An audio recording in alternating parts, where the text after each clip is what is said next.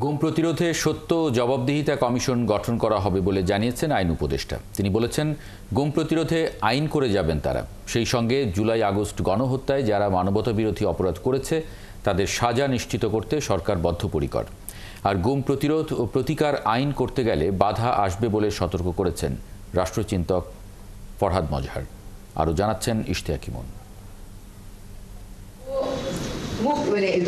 গুম প্রতিরোধ ও প্রতিকার অধ্যাদেশ করতে অংশীজনের সাথে এই বৈঠকের আয়োজন করে আইন মন্ত্রণালয়, যেখানে আইনজ্ঞ ছাড়াও উপস্থিত ছিলেন মানবাধিকার কর্মীরা।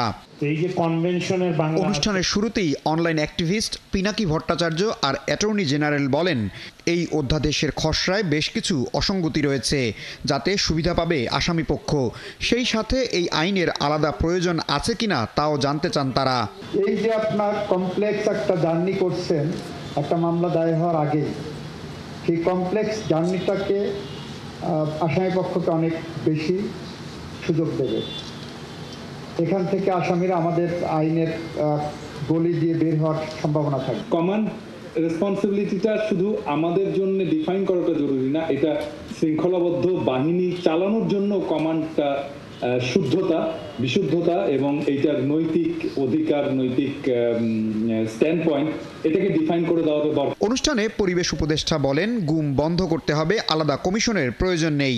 ব্যারিস্টার রুহুল কুদ্দুস কাজল বলেন, এই আইনের দরকার আছে, তবে সঠিকভাবে আইনকে সংজ্ঞায়িত করতে হবে। অপরাধ হিসেবে বিচারের জন্য গুম হিসেবে তদন্ত করে বিচার করার প্রক্রিয়া বর্তমানে আইনেও করা সম্ভব, যে ঘটনা অতীতে ঘটে গেছে। যখন সে জানবে তার অধীনস্থ কোনো একটা অপরাধ করলে তাকে ওই অপরাধের জন্য ধরা হবে, তখন দেখা যাবে উপরের লেভেল থেকে এই কমান্ডগুলো আর আসছে না। অনুষ্ঠানে চিফ প্রসিকিউটর বলেন, অতীতের গুমের ঘটনায় এই আইনে মামলা করতে হবে, না হলে প্রশ্ন থেকে যাবে। উপদেষ্টা সিআর আবরার বলেন, গুমের বিচার হতে হবে, এজন্য শক্তিশালী আইন দরকার। সুপিরিয়রদের রেসপন্সিবিলিটিটাকে প্রপারলি ডিফাইন করা, তাদেরকে লায়াবল করার যে বিষয়টা, সেটা অবশ্যই করতে হবে। আমি মনে করি যতখানি সম্ভব একটা পাওয়ারফুল কমিশন সেখানে করা দরকার এবং ফোরসিয়েবল ফিউচারের জন্য I think that commission should function. গুমের সমাধান হতে হবে উল্লেখ করে ফরহাদ মজহার বলেন, গুম রাজনৈতিক ইস্যু, আইনি ইস্যু নয়। গুম প্রতিরোধে আইন করতে গেলে বাধা আসবে বলেও সতর্ক করেন তিনি। যারা এই গুমের সঙ্গে জড়িত ছিল, আপনি যে তাদেরকে এখন বিচার করতে যান, এই অন্তর্বর্তীকালীন সরকার থাকবে না। এটা হচ্ছে রিয়ালিটি, আমরা লুকিয়ে লাভ নেই। Fact is fact. যদি তা হয়ে থাকে তাহলে আমাদেরকে অন্যান্য দেশের অভিজ্ঞতা থেকে যেতে হবে, তারা কি করে এটাকে সমাধান করে। আইন উপদেষ্টা বলেন, গুম প্রতিরোধে আইন করবে সরকার, সেই সাথে জুলাই আগস্ট গণহত্যায় জড়িতদের বিচারও নিশ্চিত করবে এই সরকার।